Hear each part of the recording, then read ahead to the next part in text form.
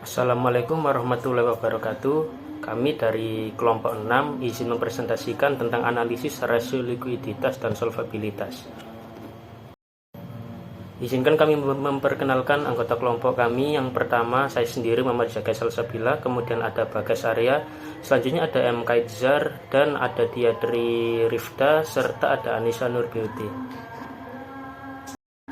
Memasuki materi yang pertama, yaitu definisi rasio. Analisis rasio adalah analisis yang menunjukkan hubungan matematik dan sekaligus perbandingan antar elemen laporan keuangan pada suatu periode tertentu. Analisis rasio dapat bermanfaat. Yang pertama yaitu mengukur kondisi dan prestasi keuangan perusahaan pada saat ini dan di masa lalu. Yang kedua ada menilai kebijakan atau keputusan telah diambil oleh manajemen perusahaan dalam menjalankan operasinya. Serta yang ketiga yaitu menyusun laporan keuangannya. Selanjutnya ada jenis rasio, yaitu ada dua. Yang pertama rasio likuiditas dan rasio solvabilitas. Nah, memasuki penjelasan rasio likuiditas, yaitu merupakan rasio yang bermanfaat untuk mengukur kemampuan perusahaan dalam memenuhi semua kewajiban finansial jangka pendek. Nah, kemampuan perusahaan dalam memenuhi kewajiban finansial jangka pendek dipengaruhi oleh yang pertama, jumlah aktiva lancar yang tersedia untuk membayar kewajiban lancar. Yang kedua adalah jumlah kewajiban lancar yang harus dibayar. Ketersediaan aktiva lancar untuk membantu kewajiban lancar dipengaruhi oleh tingkat likuiditas, kemudahan, ketepatan, dan kepastian. Nah, jenis-jenis rasio likuiditas yang pertama adalah inventory to net working capital, yang dengan rumus aktiva lancar dikurangi utang lancar. Kemudian yang kedua ada rasio lancar, ada current ratio dengan rumus aktiva lancar dibagi utang lancar. Kemudian yang ketiga ada rasio sangat lancar atau quick ratio, yaitu kas ditambah surat berharga ditambah piutang dibagi dengan utang lancar. Serta yang terakhir ada rasio kas, yaitu dengan rumus kas ditambah surat berharga dibagi utang lancar. Selanjutnya ada jenis rasio likuiditas tambahan. Yang pertama ada perputaran piutang, itu untuk mengukur tingkat efisiensi piutang karena piutang diberikan kepada pelanggan tentunya harus bisa mendatangkan manfaat juga bagi perusahaan. Adapun rumus perputaran piutang yaitu penjualan bersih per rata-rata piutang dagang bruto. Yang kedua ada jumlah hari pengumpulan piutang, adapun rata-rata hari yang diperlukan untuk mengubah piutang menjadi kas. Jumlah hari pengumpulan piutang yaitu dengan cara 365 atau setara dengan 1 tahun perputaran piutang. Yang ketiga ada perputaran persediaan, yaitu rasio yang digunakan untuk mengukur berapa kali sih dana yang ditanam dalam persediaan ini berputar dalam satu periode. Adapun perputaran persediaan yaitu rumusnya HPP atau harga pokok penjualan per rata-rata persediaan. Selanjutnya ada jumlah hari perputaran persediaan, yaitu jumlah hari perputaran persediaan itu dengan rumus 365 hari atau setara dengan 1 tahun perputaran persediaan. Yang kelima ada siklus operasi atau jumlah hari yang dibutuhkan oleh perusahaan untuk mengubah persediaannya menjadi uang tunai. Adapun rumus dari siklus operasi ini yaitu jumlah hari pengumpulan piutang ditambah dengan jumlah hari perputaran persediaan. Selanjutnya adapun cara menghitung perputaran utang yaitu dengan cara harga pokok penjualan dibagi dengan rata-rata utang dagang. Yang terakhir ada jumlah hari pembayaran utang, yaitu sama dengan rumusnya sama dengan jumlah hari pembayaran persediaan, yaitu 365 hari atau setara 1 tahun per perputaran utang. Ya, baik, sini saya akan menjelaskan dasar hukum rasio likuiditas. Jadi peraturan pemerintah yang mengatur mengenai penilaian kerja keuangan perusahaan menggunakan analisis rasio diatur dalam Peraturan Menteri Keuangan Nomor 99 atau PMK 10 atau 2019 dengan bertujuan menumbuh kembangkan industri perjaminan yang mampu memberikan jasa penjaminan bagi masyarakat yang dinamis. Diperlukan peraturan yang lebih komprehensif dan memenuhi prinsip kehati-hatian.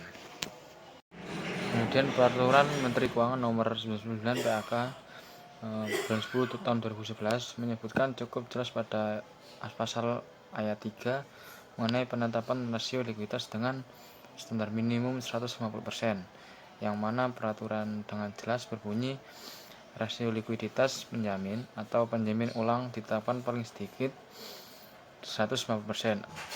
Dan kemudian dilanjutkan dengan pasal 4 ayat 4 yang menyebutkan cara perhitungan yang menggunakan metode current ratio yang berbunyi rasio likuiditas yang dimaksud pada ayat 3 dihitung menggunakan current ratio, yaitu perbandingan antara aset lancar dengan utang lancar.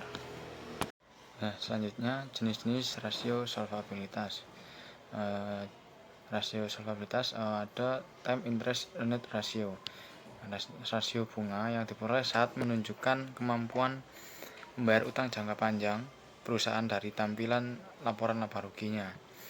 Nah, untuk perhitungannya ini time interest earned ratio itu net profit dibagi interest cost. Kemudian recurring earnings excluding interest expense, tax expense, equity earnings, and non-controlling interest dibagi interest expense including capitalist interest. Kemudian ada debt ratio. Rasio utang menunjukkan kemampuan membayar utang jangka panjang perusahaan. Rasio utang menunjukkan persentase aset yang dibiayai oleh kreditor, dan itu membantu untuk menentukan seberapa baik kreditor dilindungi jika terjadi kebangkrutan. Nah, ini total utang dibagi total aktif. Baik, selanjutnya yaitu ada debit atau equity ratio. Rasio utang atau ekuitas adalah perhitungan lain yang menentukan kemampuan membayar utang jangka panjang entitas. Perhitungan ini membandingkan total utang dengan total ekuitas pemegang saham. Dari perspektif kemampuan membayar utang jangka panjang, semakin rendah rasio ini, semakin memperbaiki posisi utang perusahaan. Rumusnya yaitu total utang dibagi total modal. Selanjutnya yaitu ada debit to tangible net worth ratio. Merupakan rasio yang lebih konservatif daripada rasio utang atau rasio ekuitas. Ini menghilangkan aset tidak berwujud seperti niat baik, merek dagang, paten, dan hak cipta, karena mereka tidak menyediakan sumber untuk membayar kreditor. Sebagai rumusnya yaitu total utang dibagi total modal dikurangi aktiva tidak berwujud.